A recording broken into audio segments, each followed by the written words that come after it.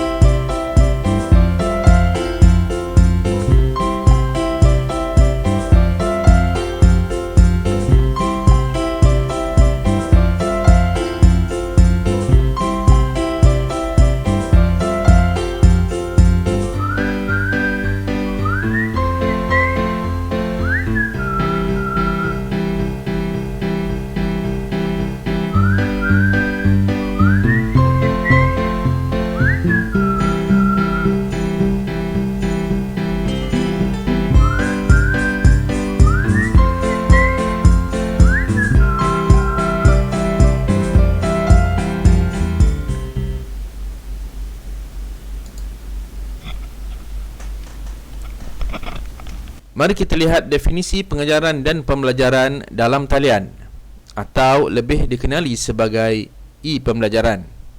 Okey. E-pembelajaran adalah sebarang bentuk pengajaran dan pembelajaran yang disampaikan melalui penggunaan teknologi digital. Bahan pengajaran dan pembelajaran yang disampaikan menggunakan media ini mempunyai grafik visual, perkataan, animasi, video ataupun audio. Berikut adalah contoh sebahagian aplikasi yang menyokong pengajaran dan pembelajaran dalam talian. Mungkin ada sebahagian daripada kamu pernah menggunakan aplikasi ini dan mungkin juga tidak. Berikut adalah video ringkas mengenai kelebihan pendekatan e-pembelajaran berbanding pendekatan pembelajaran secara bersemuka.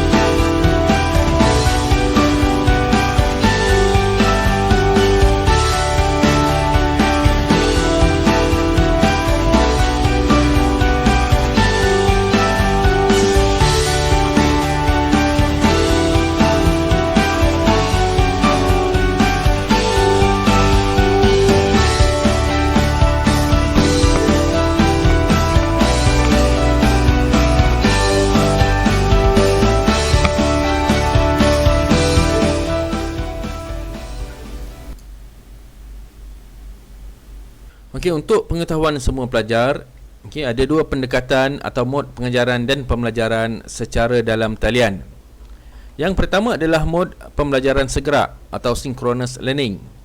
Dan yang kedua adalah mod pembelajaran tak segera atau asynchronous learning. Apa dia pembelajaran segera? Pembelajaran segera adalah pelajar dan pengajar berada di tempat yang sama pada masa yang sama. Contoh pembelajaran segera ialah apabila pelajar dan pengajar mengambil bahagian dalam kelas melalui alat persidangan web. Ia mewujudkan kelas maya yang membolehkan pelajar bertanya dan guru menjawabnya secara serta-merta. Berikut adalah contoh aplikasi yang menyokong pembelajaran segera. Okay, kita ada WhatsApp, Webex, Jitsi Meet, Google Meet, Telegram, Microsoft Teams dan sebagainya. Seterusnya, apa dia pembelajaran tak segera? Pembelajaran tak segera adalah pendekatan pembelajaran kendiri dengan interaksi asinkronus dalam aktiviti pembelajaran. Pembelajaran tak segera memberikan kelebihan seperti kemudahan, flexibility, lebih banyak interaksi dan meneruskan tanggungjawab kehidupan peribadi dan profesional. Dengan lain perkataan, Pembelajaran secara tak segera bergantung kepada masa yang diperuntukkan oleh pelajar sendiri. Sekiranya pelajar lebih selesa belajar pada waktu malam, so pembelajaran boleh berlaku pada waktu malam, tidak semestinya dengan kehadiran pengajar atau pensyarah. Berikut adalah contoh aplikasi yang menyokong pembelajaran tidak segera. Okey, sekarang kita masuk kepada bahagian utama taklimat saya pada hari ini. Tajuknya adalah Learning Management System CDOS versi 3.5. Okey, CDOS adalah singkatan kepada Curriculum Information Document Online System. Dan CDOS dibangunkan oleh BPPKK, iaitu Bahagian Pembangunan dan Penilaian Kurikulum Jabatan Pengajian Politeknik. CDOS merupakan satu sistem pengurusan dokumen yang bertindak sebagai platform untuk memudahkan penerbitan kurikulum berkaitan maklumat secara digital untuk pensyarah dan pelajar politeknik.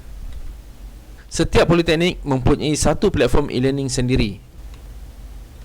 Dan bermula pada 2020, semua pensyarah dan pelajar Politeknik Kuching Sarawak diwajibkan menggunakan LMS CDOS versi 3.5.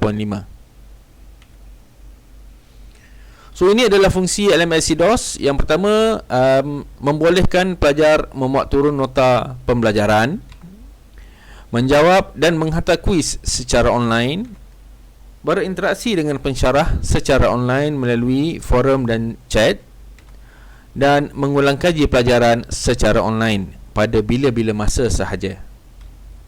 Okay, saya kongsikan beberapa antarmuka CDOS. Ini adalah antarmuka utama dia. Okay, websitenya adalah pks.cdos.edu.my. Kemudian pelajar perlu memasukkan nombor IC pelajar untuk username dan password. Setiap pelajar baru akan didaftarkan pada awal sesi pembelajaran setiap semester. Biasanya mengambil masa 1 hingga 2 minggu. Kemudian kita ada antarmuka senarai platform kursus di JTMK. Okay, hampir semua kursus di JTMK telah mempunyai platform di dalam sistem CDOS. So ini contoh platform bagi kursus DFC 10033. Okay, ini adalah konten kursus. Okay, kita ada course outline, kita ada topik-topik mengikut silibus kursus. Dan di dalamnya, di dalam setiap topik kita ada e-notes, kita ada video, dan kita ada latihan ulang kaji, serta kita ada topik ataupun forum perbincangan. Dan setiap forum yang diletakkan di dalam platform mestilah ada maklum balas perbincangan oleh pelajar. Menunjukkan platform ini ada komunikasi dua hala antara pensyarah dan pelajar. Dan akhir sekali adalah soalan kuis online. Okay, ada pensyarah yang meletakkan kuis online di dalam platform CDOS. So pelajar kena sentiasa alert lah. Okay, peranan pensyarah dan pelajar adalah sangat penting dalam menjayakan pengajaran dan pembelajaran secara dalam talian. Okay, bagi pihak pensyarah, mereka perlu menyediakan struktur pembelajaran yang sesuai untuk diajar kepada pelajar. Dan sebagai pelajar, kamu perlu cepat menyesuaikan diri dengan pendekatan e-pembelajaran ataupun pendekatan pembelajaran secara dalam talian. Pelajar perlu melibatkan diri dalam semua aktiviti yang telah dirancang oleh pensyarah. Dalam menjayakan PDPDT ini, pelajar dan pensyarah dikehendaki untuk menggunakan peralatan dan perkhidmatan digital kepunyaan sendiri, atau ringkasnya kita sebut sebagai BYOD, Bring Your Own Device, untuk sebarang aktiviti pembelajaran dan pengajaran.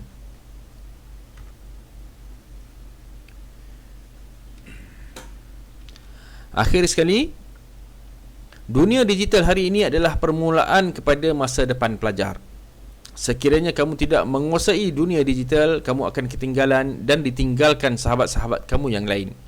Kembangkan bakat, tambahkan ilmu. Semoga kamu berjaya meraih diploma dengan jayanya 3 tahun akan datang.